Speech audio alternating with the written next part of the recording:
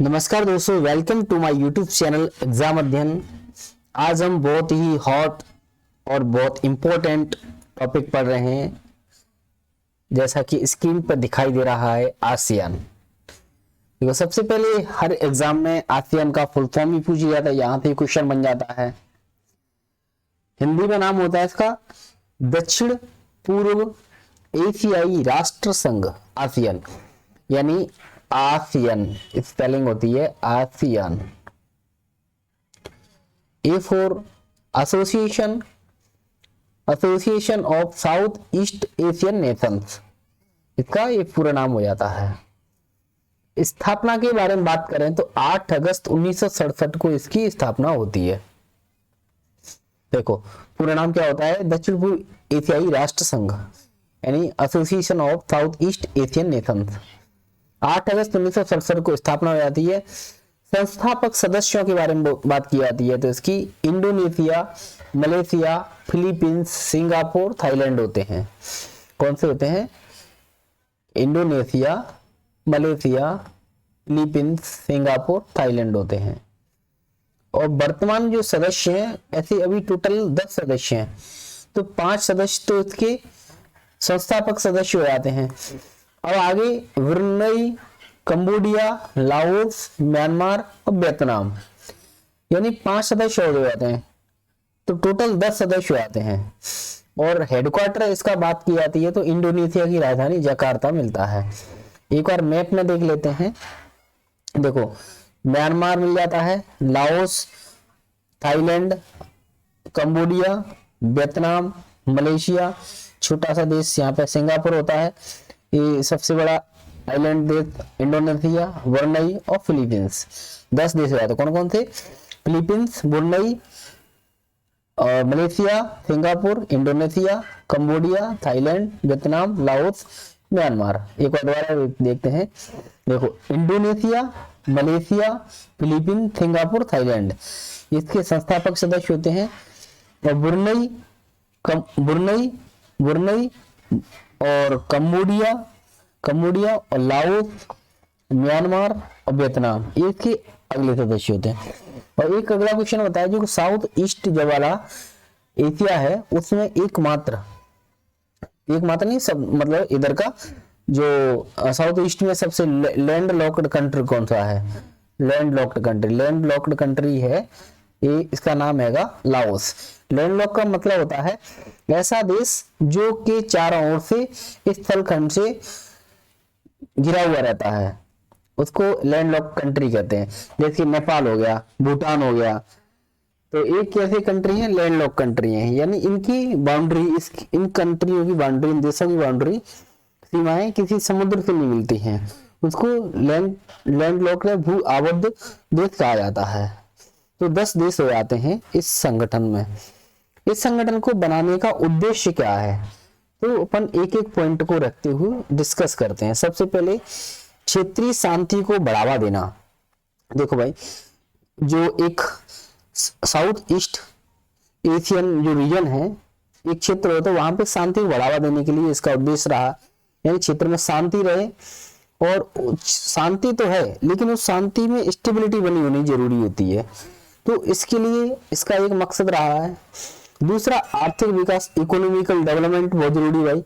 देखो, पैसा आएगा अपने पास, है ना, तो तभी अदर कंट्री में पूंछ वगैरह रही अपनी, है ना, वैल्यू रही, तो सदस्य राज्यों के बीच आर्थिक वृद्धि और विकास को बढ़ावा देने के लिए भी ये संगठन का काम कर रहा है। सांस्कृतिक आदान प्रदान, देखो ये जो सारे कंट्री अभी मैप में जैसे देख रहे हैं, तो आपस में एक दूसरे से जुड़े हुए हैं, तो स्वाभाविक सी बात है कि इनका जो सांस्कृतिक जो कल्चर होगा वो एक दूसरे से मैच खाता हुआ होगा, तो उसको भी बढ़ावा मिलता रहे, उसका डिक्लाइन न हो, तो सांस्कृतिक आदान प्रदान और सहयोग को प्रोत्साहन मिलता रहे।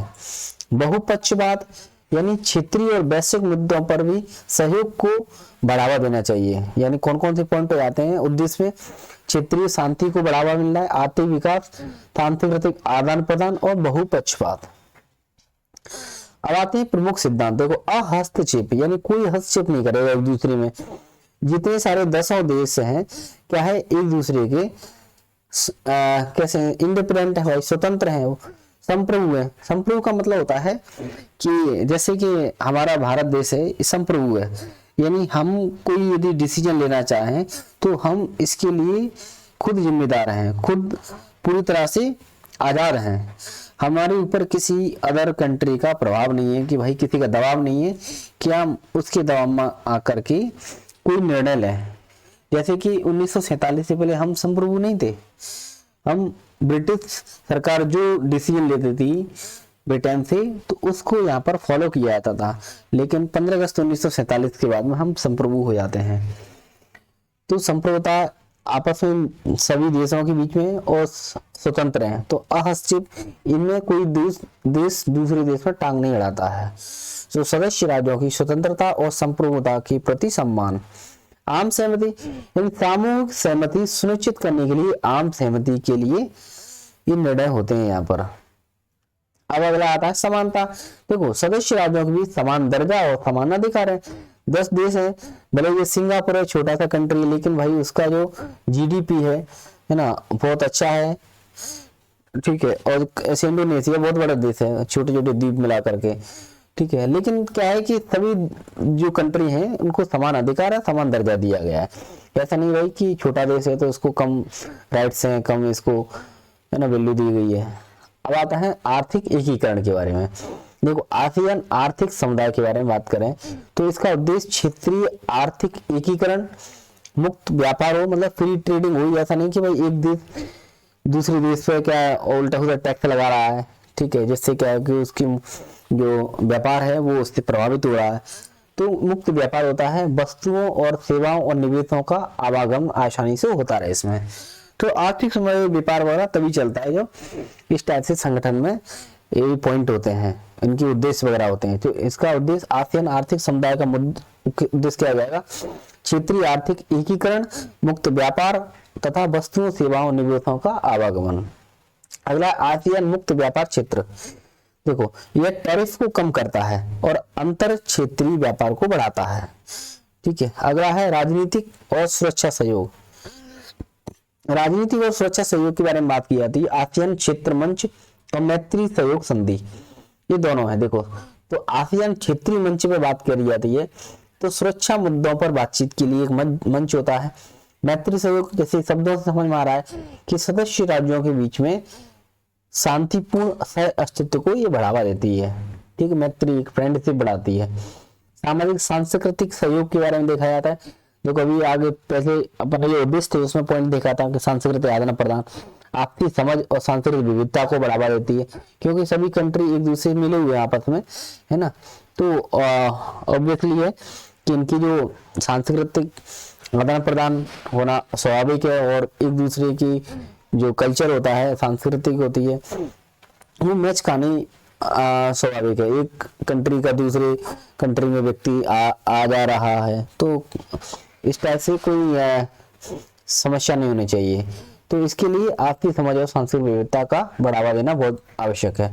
आपदा प्रबंधन, भाई समुद्र के किनारे बसे हुए सारे कंट्री हैं, तो क्या है कि भूकंप, बाढ़, ज्वालामुखी, ठीक है, समुद्री तूफान वगैरह ये सब आना आम बात है। तो इसके लिए क्या है कि आपदा जोखिम न्यूनीकरण और प्रबंधन में एक दूसरे को सहयोग करना बहुत जरूरी है। नव गतिविधि के बारे में देखा जाता है तो देखिए, हिंद महासागर, प्रशांत महासागर पर आसियान टिका हुआ है, मतलब ये बाउंड्री लगी हुई है। तो हिंद प्रशांत क्षेत्र में सहयोग के लिए एक दृष्टिकोण होता है। कोविड-19 की प्रतिक्रिया पर देखा जाता है, महामारी और स्वास्थ्य एवं अर्थव्यवस्थाओं पर इसके प्रभाव से निपटने के लिए सहयोगात्मक प्रयास किए गए हों। चुनौतियों के बारे में देखा जाता है तो भू राजनीतिक तनाव। देखो, चीन और अमेरिका जैसी प्रमुख शक्तियां के साथ संबंधों को नियंत्रित करना। देखो, जो चीन वगैरह है उधर से जैसे अपनाते हैं तो दक्षिणी चीन सागर मिलता है, ठीक है। तो चीन कहता है कि भाई ये वाला जो पोर्शन है जैसे इस क्षेत्र में आता है तो अपना कब्जा जमाता है, अमेरिका ऐसे कब्जा जमाने की कोशिश करता है। तो इस टाइप से कंट्रोल करने के लिए इन पर भू राजनीतिक दबाव हमेशा बना रहता है। आंतरिक संघर्ष, सदस्य राज्यों के भीतर भी मतभेद और संघर्षों को संबोधित वगैरह ये चलता रहता है। आर्थिक असमानता, सदस्य देशों के बीच में आर्थिक अंतर को ये मिलता ही है, जैसे कि सिंगापुर की जो जीडीपी अलग ही है, अदर कंट्रियों के बारे में थोड़ा गरीब से देश हो जाते हैं, तो आर्थिक असमानताएं स्वाभाविक रूप से देखने मिलती हैं। हालांकि शिखर सम्मेलन और बैठकों के बारे में बात की जाती है तो आसियान का शिखर सम्मेलन है, सदस्य देशों के बीच सहयोग पर चर्चा होती रहती है और उसे बढ़ावा देने के लिए नियमित शिखर सम्मेलन होते रहते हैं। संबंधित बैठकें ASEAN+3 और पूर्व एशियाई शिखर सम्मेलन तहत क्षेत्रीय मुद्दों पर चर्चा में संवाद और भागीदारों की भागीदारी होती रहती है। अभी करंट अफेयर एक टॉपिक क्यों मुद्दे में आया है, अपन क्यों डिस्कस कर रहे हैं, अभी क्या है कि दक्षिण पूर्व एशियाई देश हैं, उनकी 44 से 45 शिखर सम्मेलन हुआ है, ठीक है, 9 अक्टूबर को लाओस के वियतनाम में शुरू हुआ था, ठीक है, 9 अक्टूबर को 44वां 45वां शिखर सम्मेलन, इसलिए करंट में आया हुआ है। और इसका विषय है आसियान कनेक्टिविटी और लचीलापन को बढ़ाना। आसियान के माध्यम से कनेक्टिविटी को बढ़ाना और लचीलापन को बढ़ाना है। तो इस टाइप से ये अपने टॉपिक देख लिया है और ये बहुत इंपॉर्टेंट टॉपिक है। मेन चीज रहती है कि ऐसे एमपीपीएससी यूपीएससी में एमपीपीएससी के माध्यम से देखा जाता है तो ये 2 नंबर का क्वेश्चन आ जाएगा आसियान क्या है, तो पहला फुल फॉर्म लिख दिया गया, दक्षिण पूर्व एशियाई राष्ट्रीय संघ हो जाता है और स्थापना 8 अगस्त 1967 को हो जाती है।